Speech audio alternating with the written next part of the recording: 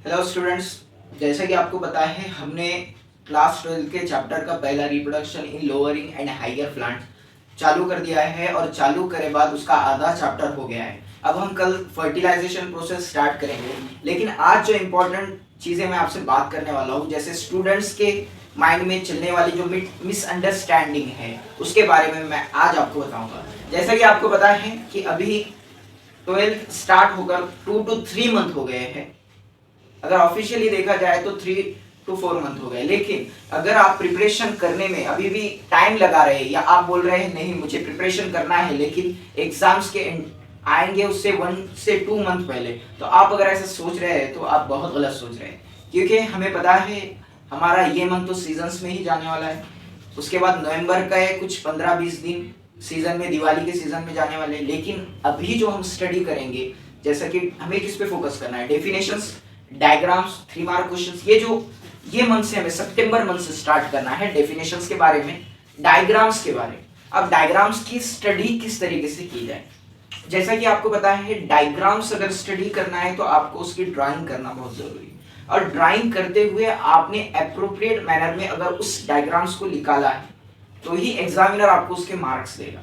सबसे पहले तो डायग्राम्स निकाले बाद हमें कितने पॉइंट या सब पॉइंट डायग्राम्स को देना पड़ते हैं, या आप बोलेंगे डायग्राम्स को हम ड्रॉ करे बाद उसे नेम्स भी देना पड़ते हैं, तो वो क्वेश्चंस पे डिपेंड रहता है। अगर क्वेश्चंस आपका 3 मार्क्स का है तो मैक्सिमम आपको 9 आपको अलग अलग नेम्स देना पड़ेंगे। जैसे कि अगर प्लांट सेल या एनिमल सेल्स की हम बात करते हैं बायोलॉजी में, सेल्स बायोलॉजी में, तो आपको वहां पे अलग अलग ऑर्गेनेल्स के बारे में नाम लिखना होगा। उसके बाद अगर वो थेरोटिकल अगर क्वेश्चंस आता है, theoretical plus diagram, right about the structure of pollen grain with their diagram, तो ऐसा अगर 5 मार्क्स को आता है या 4 मार्क्स को आता है तो आपको हाफ एन मार्क रहते हैं, वो उसमें से हाफ मार्क रहते हैं थ्योरी को और हाफ मार्क रहते हैं डायग्राम्स को। तो आप डायग्राम्स निकाल देना, थ्योरी लिखना उसके नीचे, ठीक है। तो ये जो चीज है हम इस पे फोकस करने वाले हैं कि हमें एग्जाम्स में डायग्राम्स किस तरीके से प्रिपेयर करना।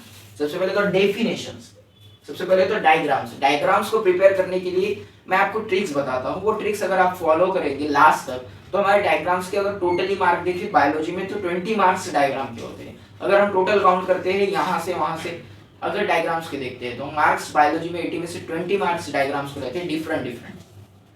तो हम अगर बात करें डायग्राम्स की प्रिपरेशन किस तरीके से की जाए, तो कोई बच्चों का ड्राइंग बहुत कमजोर होता है और ये यहाँ पर आप बोलेंगे है ये चीज में वो मार्क खा जाते हैं डायग्राम्स में, वो डायग्राम्स की तरफ ध्यान ही नहीं देते, सिर्फ थ्योरी याद करते हैं और थ्योरी याद करे बाद वो डायग्राम्स को भूल जाते हैं। तो ऐसे स्टूडेंट्स के वास्ते मैं बोलता हूँ कि आप लोग क्या कीजिए, मार्केट में जाकर एक ड्राइंग बुक खरीद लीजिए और ड्राइंग बुक खरीद कर उसे रोज प्रैक्टिस कीजिएगा डायग्राम्स की। जैसे कि आज सुबह में आपने प्लांट सेल की डायग्राम्स की प्रैक्टिस की तो उसे एक बार फिर रात में आप रिपीट वो डायग्राम्स निकालेंगे।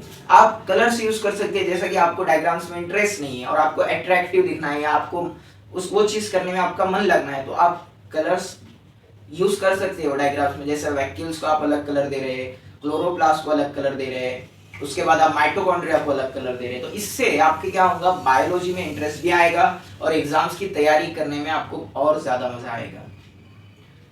उसके अलावा आप दूसरा ऑप्शन भी यूज करते हैं, यानी कि आपको जो डायग्राम नहीं आ रही, सपोज आपको इंटरनल स्ट्रक्चर ऑफ हार्ट ये डायग्राम नहीं आ रही, तो आप क्या करेंगे उस टाइम में, आप क्या करेंगे, हार्ट की डायग्राम निकालेंगे अपने हाथ से और अपने घर की जो वॉल है, दीवार पे वो डायग्राम्स आप लगा देंगे। उससे क्या होगा, जैसा कि आपको डायग्राम हार्ड जा रही है, आप आएंगे जाएंगे ठीक है उस रूम से, तो आप क्या करेंगे उस रूम में जाकर उस डायग्राम्स को एक मर्तबा देख लेंगे या एक बार देख लेंगे।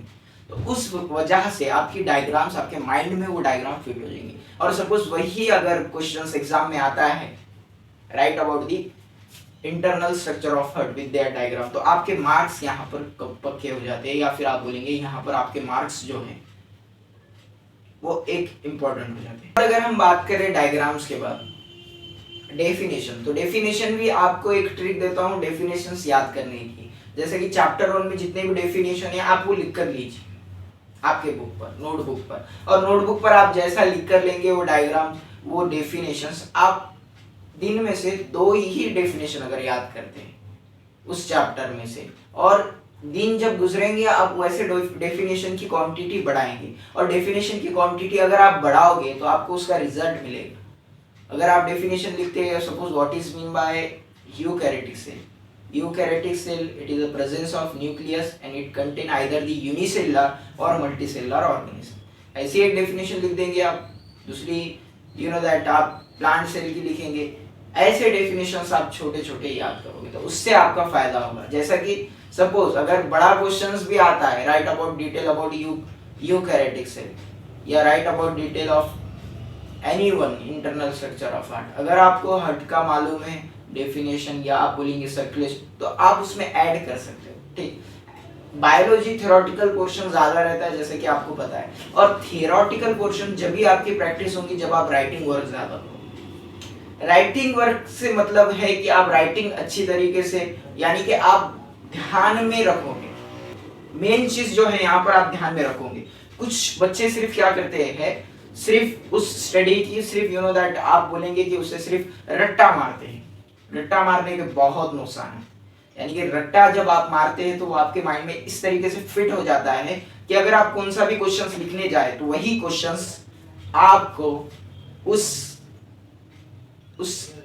वही क्वेश्चन का आंसर आपको दिमाग में आता है। जैसे कि मैं आपको एक स्टोरी बताता हूँ, जो रट्टा मारते हैं स्टूडेंट, रट्टा मारने वाले स्टूडेंट कभी भी आप बोलेंगे आगे नहीं जा सकते, या फिर अगर वो आप खुद को होशियार समझते हैं, आप भी अगर रट्टा मारने वाले हैं तो आप इस स्टोरी को सुनिएगा। एक क्लास में एक स्टूडेंट को सर ऊंट के बारे में लिखने के लिए कहते हैं, कैमल। तो ऊंट के बारे में लिखना स्टार्ट करता है। ऊंट ये एक ऐसा जानवर है जो रेगिस्तान में पाया जाता है।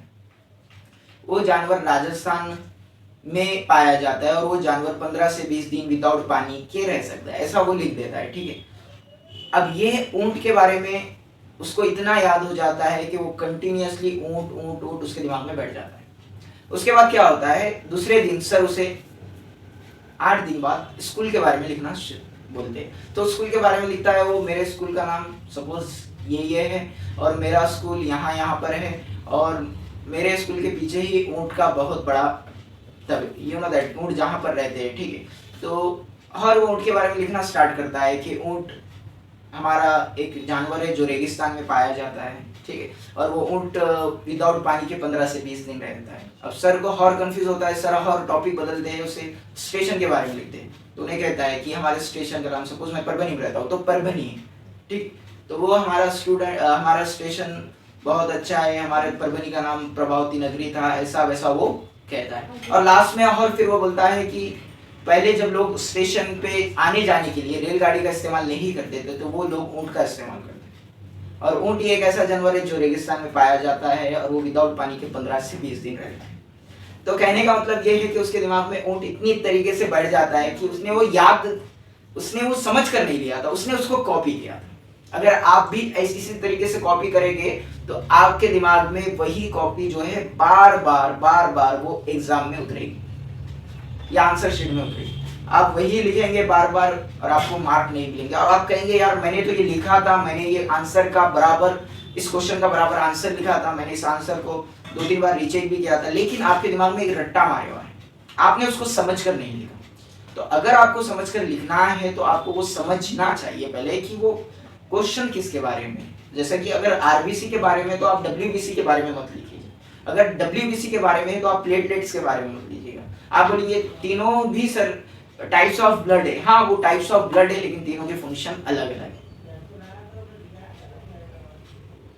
तो अगर आपको भी इस तरीके से अगर रट्टा मारना है तो आप बिल्कुल भी रट्टा मत मारिए, नहीं तो आपका ऊंट के वैसा हो जाएगा। तो आपको अगर आज से ही स्टडी करना है, स्टडी शुरू कीजिए। आज से ही आपको स्टडी करना है, स्टडी शुरू कीजिए।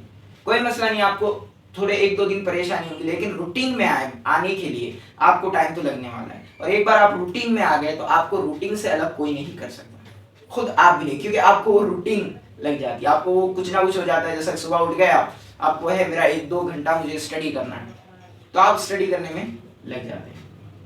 अगर आपको वो हैबिट होने वाली है, फिर आपको कोई भी चीज आ गई तो आप दोस्त या फिर आ गए नहीं, फिर स्टडी का टाइम है, मुझे स्टडी करना है, तो आप इस तरीके से स्टडी करते हैं। आप एक टाइम पकड़िएगा जिसमें आपको डेफिनेशन करना है, आपको डायग्राम्स करना है। आज के वीडियो में हम यही आपको समझाने के लिए आए थे कि रट्टा मारने का नुकसान बहुत है। और आप भी अगर इस वीडियो को कंप्लीट तक देखा है तो आपसे ये गुजारिश है आप स्टूडेंट से कि आप भी रट्टा मत मारिएगा। ठीक है। So thank you very much. अगर आपको इस वीडियो पसंद आया तो प्लीज़ इस वीडियो को लाइक और चैनल को सब्सक्राइब करना ना भूलिएगा और अपने दोस्तों में शेयर करना मत भूलिएगा। Thank you very much.